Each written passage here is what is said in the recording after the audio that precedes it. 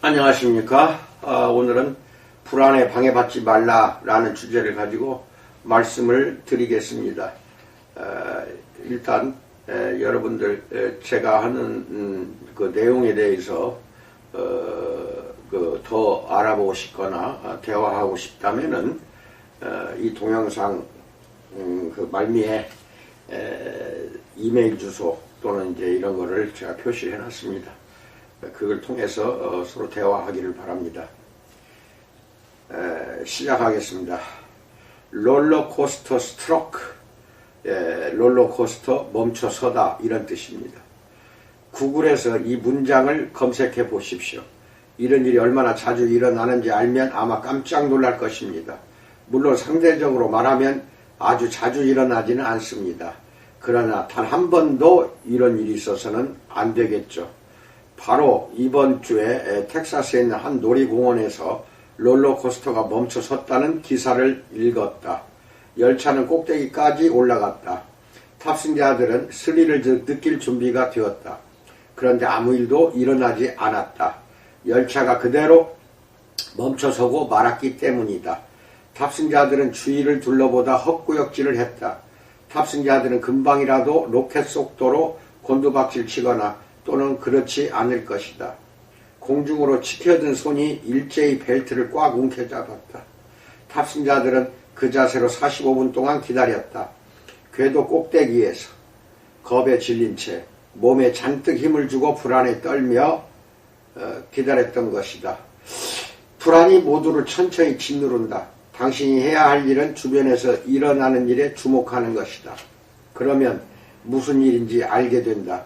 심리학자 로버트 리히는 불안을 벗다라는 책에서 오늘날 평균적인 아이의 불안 정도는 1950년대 평균적인 정신질환자 수준이다 라고 지적한 바가 있습니다. 불안의 징후는 대개 두려움, 신경질, 조급증, 수면장애, 중압감으로 묘사됩니다. 하지만 이것이 다가 아닙니다. 호흡장애, 가슴 통증, 집중력 장애, 소화불량, 두통, 불면증, 근육경직, 에너지 저하, 그리고 혼란을 일으키고 집착하게 하는 생각, 금전적 손실, 망각까지 일으킬 수 있습니다. 불안은 정서에 큰 영향을 미칠 수 있습니다. 불안은 뇌의 세로토닌과 도파민 분비 체계를 어지럽힐 수 있습니다. 불안은 동요, 분노, 일반적 짜증으로 나타날 수 있고 침울하게, 외롭게, 슬프게, 우울하게 만들기도 합니다. 불안은 불쾌한 냄새, 탈모, 과도한 땀 분비 등으로 나타납니다. 불안은 다양한 신체 증상으로 나타납니다. 불안은 전혀 느끼지 않는다는 친구들이 있습니다. 이들은 불안이 주는 압박감을 느끼지 않습니다. 그러나 불안이 몸의 각종 통증이나 마비의 진짜 원인일 수 있습니다. 불안은 혈액순환장애, 호르몬 불균형, 고혈압, 편두통, 체중 증가, 체중 감소 등을 일으킬 수 있습니다. 무엇이든 안 좋은 것을 예로 들어보십시오. 불안이 그 원인일 수 있습니다. 리히 박사는 우리에게 만연한 불안에 관한 연구를 발표한 후에 이렇게 결론을 내렸습니다. 우리는 불안의 시대를 산다. 우리는 신경쇠약의 나라 국민이 되었다 라고 말합니다. 불안은 무수한 부작용을 낳습니다. 이런 부작용은 심각한 결과로 귀결됩니다. 바로 포기입니다. 우리가 지는 무게가 얼마이든 너무 불안하기 때문에 계속 전진할 수 없다고 느낄 수 있습니다. 불안이 너무 무거워 한 걸음 더 내딛는 것이 불가능해 보일 수도 있습니다. 정도는 다르지만 우리 모두 불안을 이고 지고 다닙니다. 어떤 사람은 불안의 무게에 눌려 뼈가 으스러질 것 같다고 느낍니다. 그런가 하면 어떤 사람은 불안의 무게가 성가실 뿐입니다. 불안의 영역에서 어떤 사람들은 과거의 트라우마나 학대로 인한 외상 후 스트레스 장애를 겪으며 자신이 전혀 안전하지 않다고 느낍니다. 이들은 보통 싸우거나 도망치거나 냉담한 반응을 보입니다. 그러면서도 그 원인을 도무지 모릅니다. 어떤 사람들은 불안장애 판정을 받습니다. 이들에게 불안은 영적 문제 그 이상입니다. 불안으로 고통당하는 사람들을 돕는 친구가 있다끔 말합니다. 우리는 마음의 회복을 위해 기도하지만 필요한 것은 세로토닌 수치의 회복이라고. 어떤 사람들은 자신이 해야 할 일에 대한 생각을 잠시도 멈추지 못해 수면장애를 겪습니다. 어떤 사람은 출퇴근 문제로 극심한 스트레스에 시달립니다. 어떤 사람들은 휴가 때만 되면 걱정이 태산입니다. 중압감을 느낍니다. 가정의 문제도 이와 다르지 않습니다. 당신이 불안의 영역 어디에 있든지 나는 믿습니다. 하나님은 당신의 짐을 벗겨주고 싶어 하십니다. 당신이 그분에게 손 내미는 법을 배운다면 당신의 경주 방식이 달라질 것입니다. 자신이 무거운 짐에 짓누르기보다 강하고 여유로우며 자유롭다고 상상해 보십시오. 쉬운 일이 아닙니다. 짐의 무게가 너무 생생하게 느껴지고 당신을 내리눌러 굴복을 강요한다는 것은 나도 압니다. 무거운 것이 당연합니다. 그 시작은 매일의 생각입니다. 오늘 나의 하루는 어떨까요? 어떻게? 라는 물음과 어쩌지? 라는 물음이 서서히 당신의 마음을 장악합니다. 처음에는 편한 슬리퍼 차림으로 자기 생각의 주변을 가볍게 걷는 데서 시작합니다. 그런데 이것이 양쪽 발목에 5kg을 달고 뛰는 힘겨운 경주가 되어버렸습니다. 이제 피곤하고 지치고 포기하고 싶은 마음뿐입니다. 첫 번째, 하나님께 맡긴다는 것에 대해서 알아봅니다. 새로운 기독교 공동체가 커질수록 그리스도를 따르는 자들은 스트레스와 중압감을 느낍니다. 베드로는 예수님의 제자로 어부 출신 지도자였습니다. 그는 네로 황제 때 체포되어 처형될 위험에 처한 신자들에게 편지로 용기를 불어넣었습니다. 베드로는 편지를 쓰면서 수신자들을 가리켜 베드로전서 1장 1절로 2절 흩어진 나그네 곧 하나님 아버지의 미리 아심을 따라 택하심을 받은 자들이라고 부릅니다. 이들은 고향에서 쫓겨났습니다. 대다수가 난민으로 살고 있습니다. 이들은 직장을 잃었습니다. 소유를 빼앗겼고 친구들이나 가족들과도 함께 살지 못했습니다. 이것이 이들이 경주하며 지려고 하는 많은 짐입니다. 이들의 다리는 피곤합니다. 이런 짐을 지고 얼마나 더 달릴 수 있을지 알 수 없습니다. 베드로가 이들에게 말합니다. 베드로전서 5장 7절 너희 염려를 다 주께 맡기라. 이는 그가 너희를 돌보심이라 라고 말합니다. 여기서 염려, 앵사이어티는 불안을 말합니다. 그러니까 너희 염려를 다 주께 맡기라. 다른 말로 너희 불안을 다 주께 맡기라. 이런 뜻입니다. 좋다. 그런데 이것이 전부인가요? 염려를 그분께 맡기면 다 해결되는가요? 베드로는 말합니다. 불안과 두려움에 짓눌릴 때 모든 염려와 불안을 하나님께 맡기세요. 그러면 해결됩니다. 이렇게 말합니다. 당신이 짐에 눌릴 때 다른 사람이 그 짐을 당신에게 지웠다면 이런 구절은 별 도움이 되지 않을 것 같습니다. 조금 순진해 보이고 어쩌면 약간 거슬리기까지 합니다. 내 말이 맞습니까? 자신의 불안에 짓눌려 버둥대는 사람들이 떠오릅니다. 이들에게 이런 구절은 멋모르고 내뱉는 지나치게 단순한 말처럼 들립니다. 나도 압니다. 그러나 당신에게 묻겠습니다. 7절의 마지막 부분 창조주 하나님이 당신을 돌보신다는 것을 실제로 믿으면 어떻게 되겠을까요? 당신은 이 구절이 힘이 없다고 봅니까? 강력하다고 봅니까? 당신이 하나님을 어떻게 믿느냐에 달려 있습니다. 하나님이 돌보신다고 믿습니까? 하나님을 신뢰할 수 있는 분이라고 믿습니까? 추측해보면 이 구절을 믿으려는 의지는 바로 지금 삶에서 무엇을 마주하고 있느냐와 깊은 관련이 있는 것입니다. 베드로가 그다지 확신에 차이지 않았을 때 복음서에 잘 기록된 순간들을 보십시오. 마가복음 4장에서 예수님은 제자들에게 함께 배를 타고 호수 건너편으로 가자고 하셨습니다. 그런데 갑자기 엄청난 폭풍이 이들을 덮쳤고 파도가 배 안으로 들이치기 시작했습니다. 기억하십시오. 제자 중 몇몇은 어부들입니다. 이들은 폭풍을 수차례 겪었습니다. 그러나 이번 폭풍은 뭔가 달랐습니다. 성경은 이들이 공포에 질렸다고 말합니다. 예수님은 배 끝머리에서 베개를 베고 주무시고 계십니다. 이 광경을 보고 어쩔 줄 몰라 하던 베드로와 제자들이 예수님을 막 흔들어 깨우기 시작합니다. 일어나세요. 일어나세요. 제자들이 예수님에게 묻습니다. 마가복음 4장 38절 선생님이여 우리가 죽게 된 것을 돌보지 아니하시나이까? 더러는 예수님에게 바로 이 질문을 던질 것입니다. 돌보지 아니하시나이까? 당신이 돌보신다면 왜 우리가 이 배에 타게 두셨나요?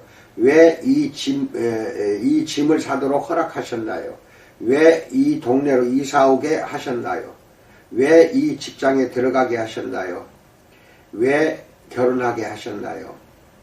등등 돌보신다면서요. 우리가 물에 빠져 죽어가는 것을 돌보지 않으십니까? 빛에 허덕이는 것을 돌보지 않으십니까? 비탄에 빠져 있는 것을 돌보지 않으십니까? 외로움에 괴로워하는 것을 돌보지 않으십니까? 실망에 빠진 것을 돌보지 않으십니까? 당신이 돌보신다면 뭐라도 하셔야 하잖아요. 베드로와 제자들은 하나님의 돌보심을 믿기 어려웠습니다. 그들이 자주 하는 일, 즉 하나님의 돌보심을 폭풍우가 얼마나 세차게 쏟아지느냐로 측정하고 있기 때문입니다. 두 번째, 짐을 옮겨라에 대해서 알아봅니다. 내 염려를 하나님께 맡겨라. 나는 베드로 편지에서 맡겨라. 영어로 캐스트라고 하고 다른 말로는 던져라 이런 뜻입니다. 이런 단어가 나오면 곧바로 고기잡이와 연결합니다. 베드로는 어부입니다. 그렇지 않습니까? 베드로는 자신의 직업과 관련된 용어를 활용해서 우리가 불안을 어떻게 해결해야 하는지 설명합니다. 베드로가 말하는 것이 고작 이것이라면 조금 실망스럽습니다. 고기를 잡을 때 낚싯줄을 던졌다가 캐스트라고 합니다. 되감기 때문에 이것은 어김없이 우리에게 되돌아옵니다. 그렇다면 이 개념은 적절하지 않습니다. 그럴 경우 던져라 라는 단어는 낚시 용어가 아닙니다. 이 단어는 성경 다른 곳에서도 사용되는데 옮기다, 트랜스퍼라고 합니다. 또는 문자적으로 짐을 옮기다로 번역됩니다. 때로 사람들은 당신의 불안과 염려를 움켜쥐고 있습니다. 손을 펴서 당신의 불안을 놓으십시오. 그러나 체육관 기구에 누워 엿기를 들고 있다면 당장 엿기를 놓으라는 것은 좋은 조언이 아니죠. 엿기를 놓아버리면 엿기가 그대로 떨어져서 당신을 해치기 때문입니다. 베드로는 단순히 염려나 불안을 내려놓으라고 말하지 않습니다. 옮기라고 말합니다.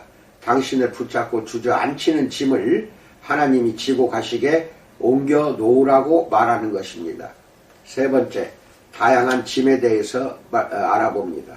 당신이 붙잡고 있지만 하나님께로 옮겨야 하는 짐은 무엇인가요? 불안입니다.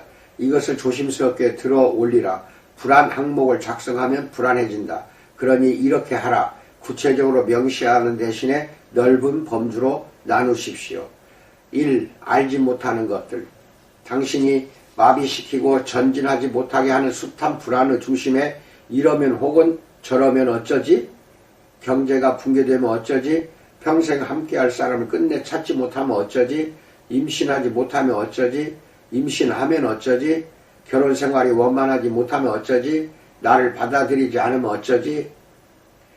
키에르케고르의 불안의 개념이라는 책에서 심리학 수업과 철학 수업에 어김없이 인용되는 구절이 있습니다. 불안은 자유의 현기증이다 라는 말입니다. 분명히 말해두지만 여기서 말하는 자유는 그리스도 안에서 누리는 자유, 즉 죄책감과 죄로부터의 자유는 우리를 불안하게 하지 않는다라고 할 때 의미하는 자유가 아닙니다.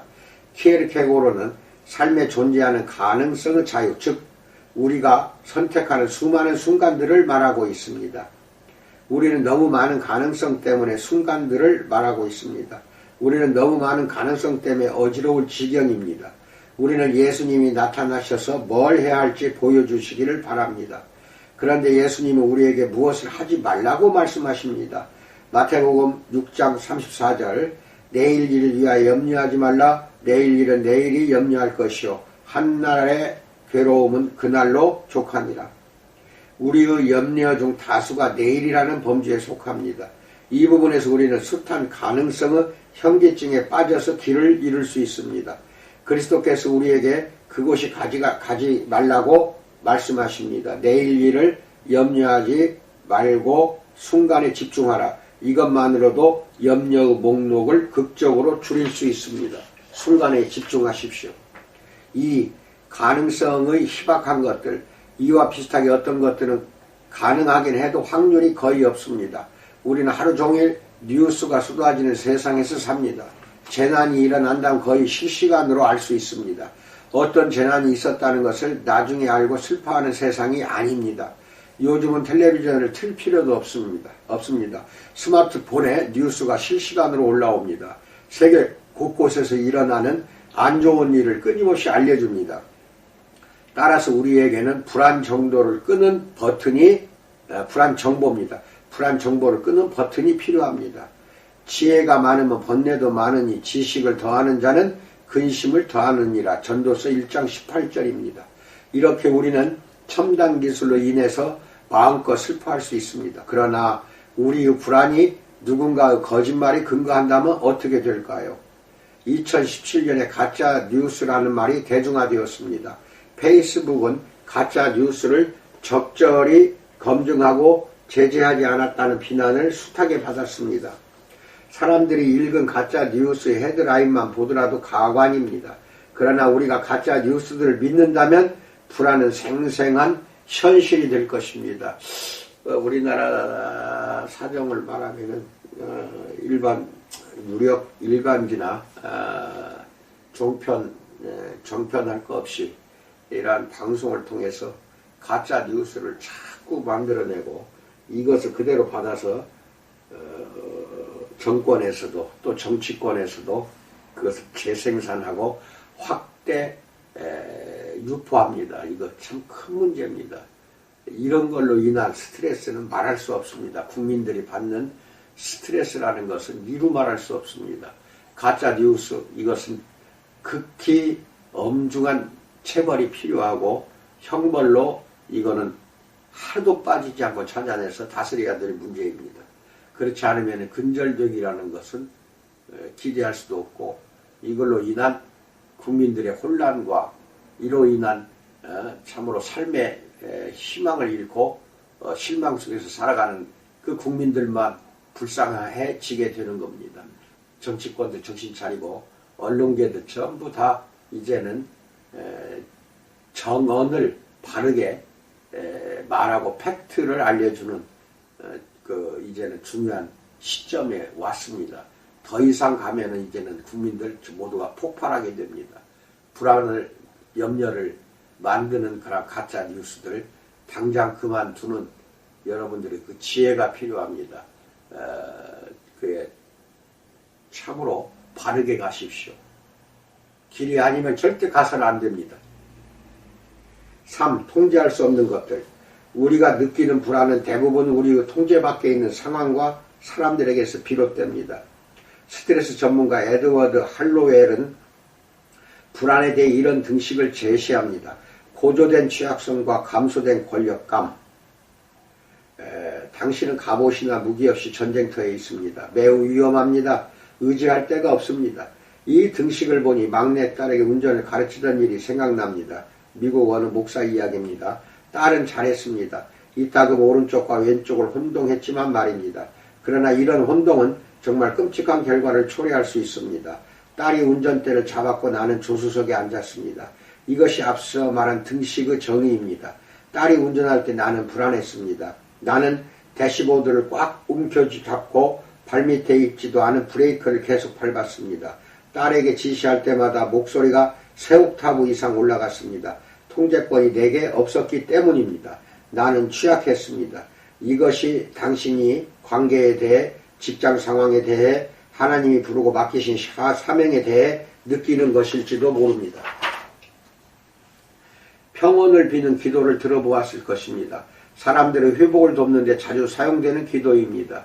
내용은 이렇습니다. 하나님, 내가 바꿀 수 없는 것들을 받아들이는 평온을 주시고 내가 바꿀 수 있는 것들을 바꾸는 용기를 주시며 이 둘을 분별하는 지혜를 주소서. 참으로 멋진 기도입니다. 마지막 부분에 불안이 배어듭니다. 분별하는 지혜를 주소서. 둘을 분별하지 못하기 때문에 불안에 우리는 스며듭니다. 어쩌면 당신은 돈 때문에 불안을 느낄 수도 있습니다. 당신의 재정 상태에서 당신이 바꿀 수 있는 것이 있고 바꿀 수 없는 것이 있습니다. 어쩌면 당신은 자신의 건강 상태에 불안해야 할지도 모르겠습니다. 건강과 관련해서 자신이 통제할 수 있는 것이 있고 그럴 수 없는 것들이 있습니다. 중요한 것은 이 둘을 분별하는 능력입니다. 당신이 불안해하는 관계는 또 어떻습니까? 당신이 이렇게 생각합니다. 이 사람의 반응을 내가 통제할 수 있다면 내 삶이 평화로울 거야. 심지어 이들의 감정을 자극하려고 한 시도가 당신의 바람과는 정반대의 결과를 낳는 것처럼 보입니다. 당신이 가까이 다가갈수록 이들은 뒷걸음칩니다. 이들이 뒷걸음칠수록 당신을 더 거칠게 몰아세웁니다. 당신을 더 불안해집니다. 염려에 기초한 행동은 그만큼 더 많은 염려를 낳게 됩니다. 당신의 불안이 무엇이든 베드로는 당신이 훨씬 더 무거운 짐을 지고 경주하고 있음을 분명히 합니다. 당신의 속도가 느려지고 기운이 빠져서 포기하려고 합니다. 그러나 하나님은 당신이 짐을 가볍게 하고 더 빨리 달리기를 원하십니다. 여기까지 오늘은 말씀을 드리고 나머지 뒷부분은 내일 또한 말씀을 드리기로 합니다. 항상 사랑하는 우리 이 영상을 보시는 모든 분들, 이제는 염려와 불안을 하나님께 옮겨버리는 현명한 지혜가 필요하고 또 그런 나날의 삶에서 훈련이 필요합니다. 매일매일 이 말씀을 기억하시고 당장 하나님께 우리의 불안과 염려의 모든 짐들을 옮겨버리십시오. 또 옮겨달라고 간절히 하나님께 기도하는 여러분과 나의 그 성숙한 모습, 지혜로운 삶이 필요합니다. 감사합니다.